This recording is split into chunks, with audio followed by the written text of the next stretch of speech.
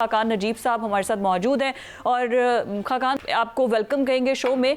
जिस तरीके से आप पॉजिटिविटी से बात करते हैं और पाकिस्तान की इकॉनमी को लेकर आप जिस तरह बताते हैं कि ये इकदाम करें या वो करें तो बेहतर हो जाएगी, और इस तरीके से क्या अब भी इतना महंगा फ्यूल होने के बाद भी कोई उम्मीद बची है, कोई पॉजिटिविटी को बाकी बची है? मैं हमेशा कहने की कोशिश करता हूँ कि ये उम्मीद क्यों मैं बांधता हूँ कि पाकिस्तान आयल इतने बड़े नहीं है जितने हम समझते हैं, क्योंकि अगर पॉलिसी साजी की क्वालिटी वो हो सो लेट्स गो बैक। 27 फरवरी में खड़े हैं, 3 फरवरी को मेरे ट्विटर अकाउंट पे जाइए, मैंने बड़ी क्लियरली डिफाइन किया था mobility management, work place management, public sector efficiency, private sector energy efficiency, और जो ओवरऑल मैनेजमेंट है वो क्या करनी चाहिए।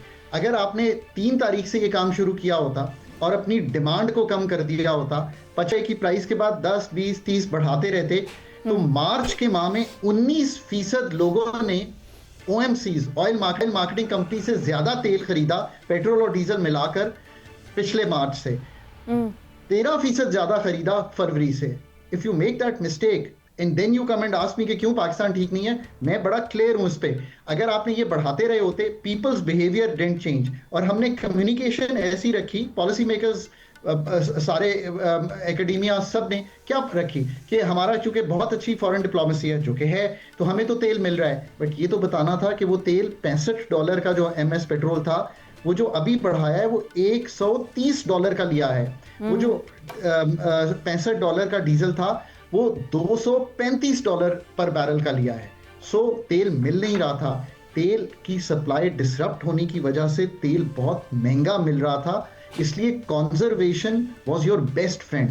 इंटरनेशनल एनर्जी एजेंसी ने कहा कि जो ममालिक तेल को इंपोर्ट करते हैं उनके लिए सिर्फ demand compression is the only solution out of this. आपने 19% तेल ज्यादा इस्तेमाल कर लिया मार्च में, ऑब्वियसली आपको यहीं पे आके खड़ा होना था। फिर आप IMF की एंगेजमेंट में थे, आप ब्लैंकेट सब्सिडी में चले गए। इसका क्या मतलब है? आपने पेट्रोल को सब्सिडाइज कर दिया, डीजल को सब्सिडाइज कर दिया, लोगों को नहीं सब्सिडाइज किया।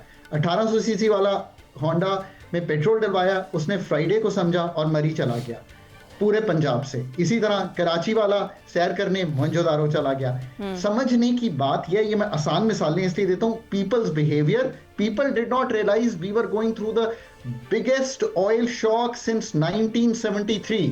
आज भी ये रियलाइज करें, सप्लाई 20% कटी हुई है, कीमतें 65। लेकिन अगर पब्लिक ट्रांसपोर्टेशन को बेहतर बना देते तो फिर आप जैसे कह रहे हैं कि चलेगा, कोई सैर को निकल गया, कोई कहीं भी निकल गया, ये तो ह्यूमन बिहेवियर है ना, ऐसा होगा। कभी फैमिलीज, कभी बच्चे, व्हाट्सोएवर, फॉर एनी रीजन। हम मेट्रोपॉलिटन सिटीज़ तो बन गए हैं, लेकिन हमने पब्लिक ट्रांसपोर्ट उस तरीके से किया नहीं। अब जैसे पंजाब गवर्नमेंट ने कह दिया है कि मैं पब्लिक ट्रांसपोर्ट को फ्री करूं, तब के लिए वो कितने 20%, 30% को कवर करेंगे। हम लोग जो आ रहे हैं, ऑफिस आ जा रहे हैं, वो तो एट द एंड इवेंचुअली अपना फ्यूल करके आएंगे ना। तो आपके आवर्स लंबे कर दें, मतलब एक मिसाल देता हूँ, मतलब 8 से शाम को 6 बजे तक एक दिन दफ्तर चलाएं, 3 दिन चला लें, बाकी 50% को अगले 3 दिन कहें कि वो वर्क फ्रॉम होम कर लें, बेशक 6 दिन काम करें। आप इनोवेटिव सॉल्यूशंस नहीं लाएंगे, और फिर आपने जो बात की है ना, वो असल सॉल्यूशंस हैं। सिटीज राइज की होती, लोग पैदल दफ्तर जा रहे होते, क्योंकि आपने कहा कि नहीं, हम सिटीज को बढ़ाते चले जाएंगे।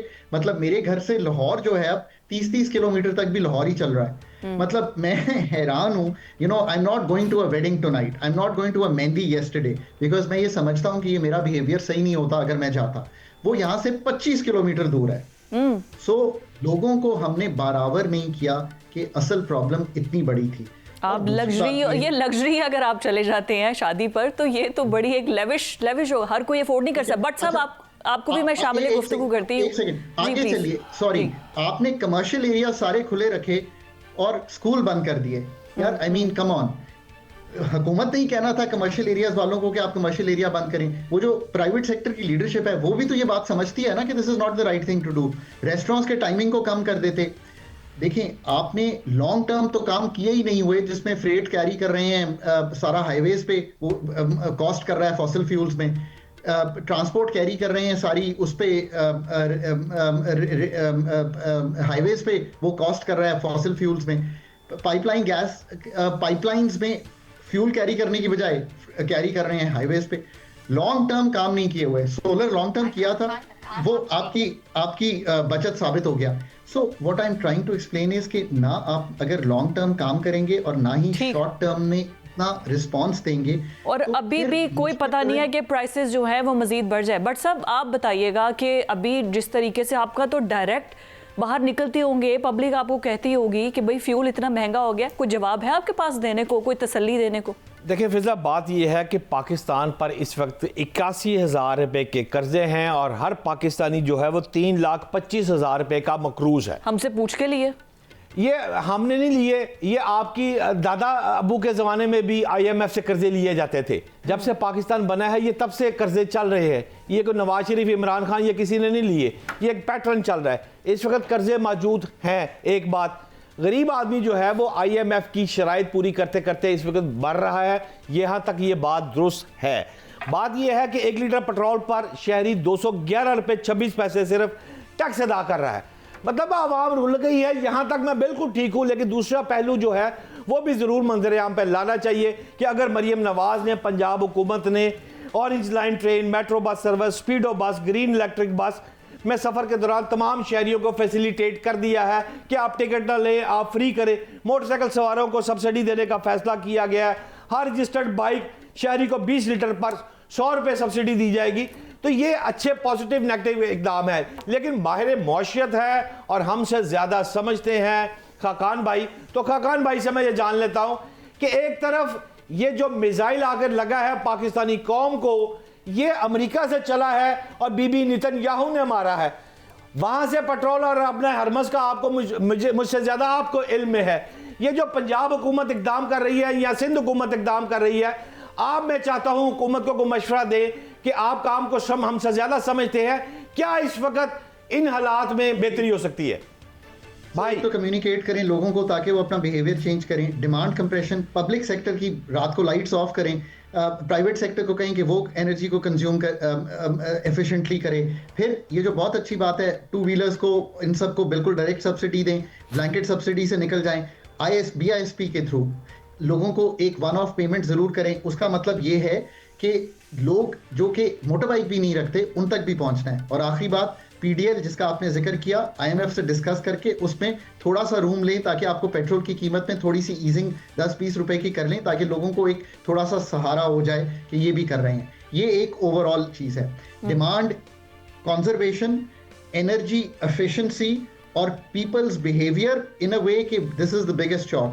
This is the Khaqan sir, आप बार-बार पीपल बिहेवियर कह रहे हैं। ये पीपल बिहेवियर से ज्यादा गवर्नमेंट बिहेवियर नहीं होना चाहिए कि वो अपने प्रोटोकॉल की गाड़ियां और सब कुछ सबसे पहले वो खुद स्टार्ट करें ना, हुकूमती गाड़ियां लेना छोड़े। सब पॉलिटिशियंस इतना तो कमा रहे हैं ना कि वो अपनी ट्रांसपोर्ट, अपनी गाड़ियां, अपने प्रोटोकॉल, अपने स्क्वाड को खुद अपने टैंक बढ़ाए, फिर पता चलेगा कौन कितनी गाड़ियां पीछे रखता है। Ma'am, when I say people, I mean the rich, the middle income, the lower, the authorities, the private sector leaders. I mean academia. I mean the people of Pakistan. That's why I say people. Everyone has to realize कि they have to change their behavior.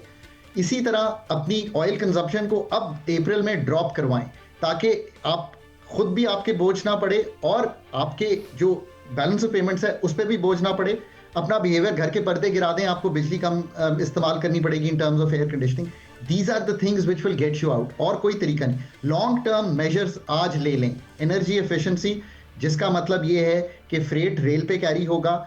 Indigenisation of energy, इसका मतलब ये है कि पन भर बिजली बनाएंगे, पानी से बिजली बनाएंगे, सोलर से बिजली बनाएंगे, विंड से बिजली बनाएंगे, थर्कोल को यूज करेंगे, हाइड्रोकार्बन्स को यूज करेंगे। खाकान भाई आप ठीक कह रहे हैं, फिजा ब्रेक पे जा रही है। लास्ट सवाल शार्प है, इसका शार्प जवाब दीजिएगा। अगले महीने आपको पाकिस्तान कैसा नजर आ रहा है खाकान भाई? देखिए, आई थिंक इन्फ्लेशन बढ़ी हुई होगी, अप्रैल मुश्किल गुजरेगा, रेमिटेंसेस भी शायद थोड़ा सा डेंट लेंगी, एक्सपोर्ट्स पे भी थोड़ा प्रेशर रहेगा। सप्लाई साइड के जितने अच्छे मेजर्स लेंगे, मे बी कुछ स्मॉल माइक्रो एंटरप्राइजेस को कुछ पैसे दे के भी संभाल लें, कुछ इस तरह की इंटरवेंशंस भी सोच लें ताकि ये अप्रैल गुजर जाए। May onwards maybe things will start moving towards normalisation.